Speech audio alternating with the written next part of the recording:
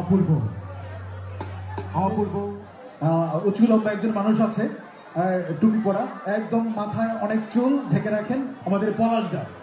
এবং আজকে এই মিলনায়তনে যারা এসছেন সবাই আমি বিশ্বাস করি, মনে প্রাণে বিশ্বাস করি, আমাদের শ্যামল দাও আছেন, উৎপল দাও আছেন, চমৎকার একজন হাস্যোজ্জ্বল মানুষ। আমাদের এই হিন্দু মিলন মেলায় যারা সম্পৃক্ত হয়েছেন, যারা সামিল হয়েছেন, আপনাদেরকে অসংখ্য অসংখ্য ধন্যবাদ।